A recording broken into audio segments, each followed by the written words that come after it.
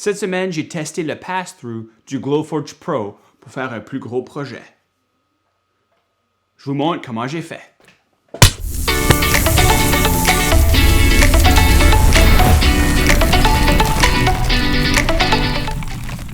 Un des avantages du modèle Pro est le pass-through, qui a une fente à l'avant et l'arrière de la machine qui permet de créer d'énormes projets.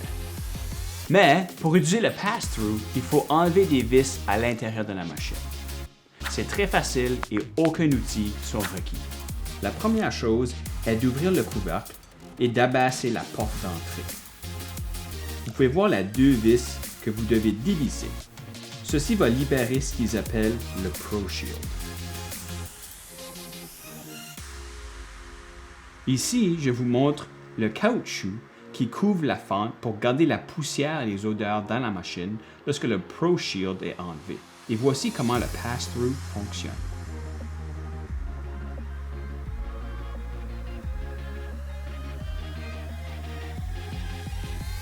Maintenant, je vais bouger la portique vers l'avant pour dévoiler la vis du Pro Shield en arrière. Encore deux vis faciles à dévisser, même juste avec main droite. J'ai reculé la table pour avoir de l'espace pour placer mon matériel. Voici le morceau que je vais placer dans le Glowforge. Elle a 16 pouces de largeur et 42 pouces de longueur. Ici, je voulais vous montrer comment facile le matériel traverse la machine. Maintenant, la machine est prête. Je vais vous montrer deux façons d'utiliser le pass-through pour imprimer un projet. Une chose à considérer est d'avoir un support en avant et en arrière de la machine pour supporter le matériel lorsqu'il passe à travers le pass-through. Moi, j'ai utilisé mon squat rack avec un morceau de trim et une petite table. De plus, des punaises pour garder le tout en place. Là, on est prêt à entrer dans le logiciel de Glowforge. Je vais faire un nouveau projet vierge. Après, je clique sur les trois petits points et active le Pro Pass-Through Beta en cliquant sur le bouton. Remarquez comment l'écran a changé. Il y a maintenant une ligne pointillée et un espace noir dans la partie supérieure de l'écran. Je peux maintenant ajouter mon texte. J'ai écrit « Bienvenue » et j'ai utilisé la police Serena car elle est cursive et donc toutes les lettres sont attachées. J'ai redimensionné le texte et j'ai pivoté 90 degrés. Pour m'assurer que la taille du texte fit sur mon matériel, j'ai changé l'auteur à 40 pouces, car je sais que ma planche est 42 pouces. J'ai réajusté le texte, choisi mon matériel et la fonction Cut pour couper. Ensuite, Print.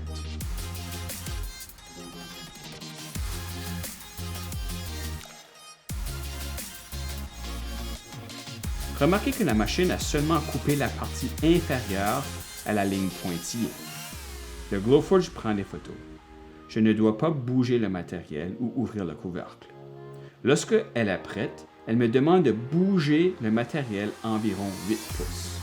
Après que je l'ai bougé, je clique sur Continue. Encore, la machine analyse et prend des photos afin d'enligner la coupe. Quand je suis satisfait avec l'alignement, je clique encore Continue et l'impression recommence. J'ai répété le processus plusieurs fois jusqu'à ce que toutes les lettres ont été découpées. Je ne voulais pas montrer, mais il faut toujours appuyer le bouton magique pour commencer l'impression.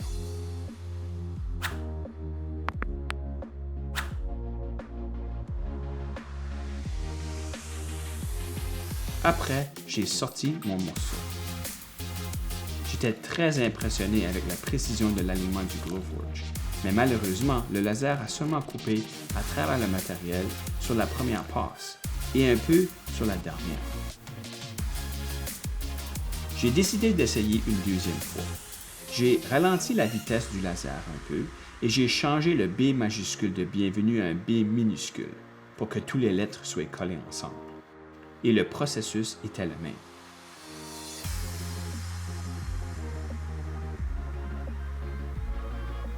Et encore le même résultat. Ça a seulement coupé la première passe. Donc, j'ai vérifié les forums sur le site web de Glowforge pour découvrir que d'autres personnes avaient eu les mêmes problèmes. Malheureusement, la seule chose que Glowforge ont dit, c'est que la fonction est toujours sur bêta et de simplement leur donner les résultats pour qu'ils puissent améliorer la fonction. C'est ce que j'ai fait, mais je voulais trouver une solution. Donc, voici la deuxième méthode pour utiliser le pass-through. Dans le logiciel Inkscape, j'ai créé un espace de travail équivalent à celle du Glowforge, 19 pouces par 10 pouces et demi. J'ai ensuite créé un texte « Bienvenue » avec la même police, Serena. Il est important de convertir l'objet en chemin et d'enlever la couleur de fond et d'ajouter un contour comme je fais ici. Remarquez comment les lettres sont superposées. Si je mets le projet comme ceci dans le logiciel de Glowforge, le laser va couper toute la ligne et donc j'aurai plusieurs morceaux détachés au lieu d'avoir un gros morceau attaché.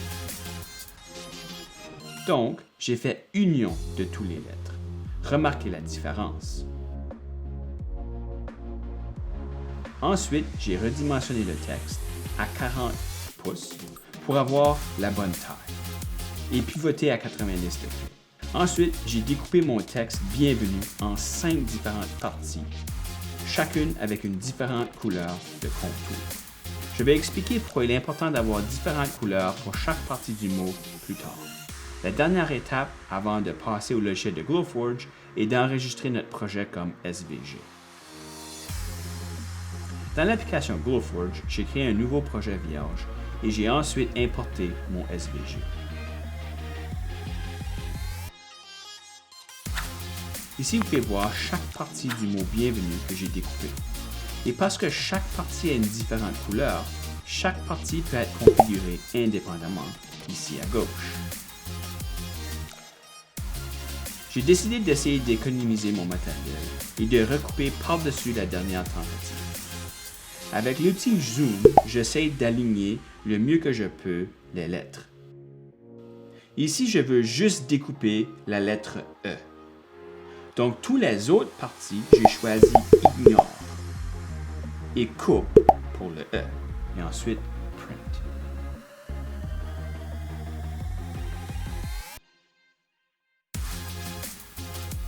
Après qu'elle a terminé la coupe, je bouge le matériel. Dans l'application, je clique sur les 3 petits points et je choisis Set Focus. Après, je clique à l'endroit où je veux joindre la prochaine lettre. J'ai changé la configuration du E à Ignore et à Coupe pour la prochaine partie. Avec le zoom, je peux aligner la partie.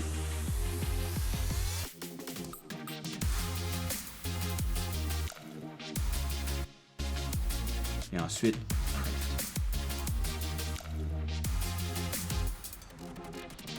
après, c'est question de répéter les mêmes étapes.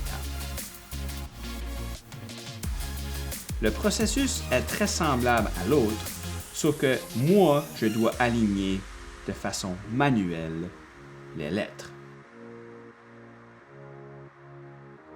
Il est important à noter que je n'ai pas utilisé le pass-through beta pour cette méthode.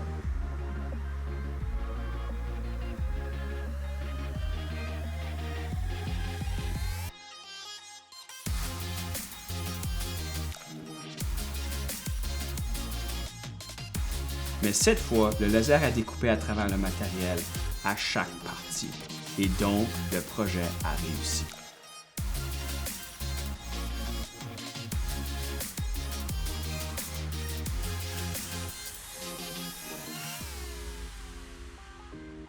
J'ai ajouté un peu de peinture et voici le résultat final. Encore un autre projet plein d'apprentissage. Je suis déçu que le Pro Pass-Through Beta n'a pas fonctionné. J'espère que Glowforge sont capables d'améliorer la fonction. Mais en même temps, j'ai réussi un projet et j'ai appris beaucoup. Le modèle Pro présente un avantage avec le pass-through. Ça me permet de mettre des plus gros morceaux pour faire des plus gros projets. J'ai hâte d'essayer autre chose. S'il vous plaît, dites-moi dans les commentaires, est-ce que vous avez des idées? Quels seraient des gros projets que vous aimeriez voir ou que vous aimeriez que j'essaie?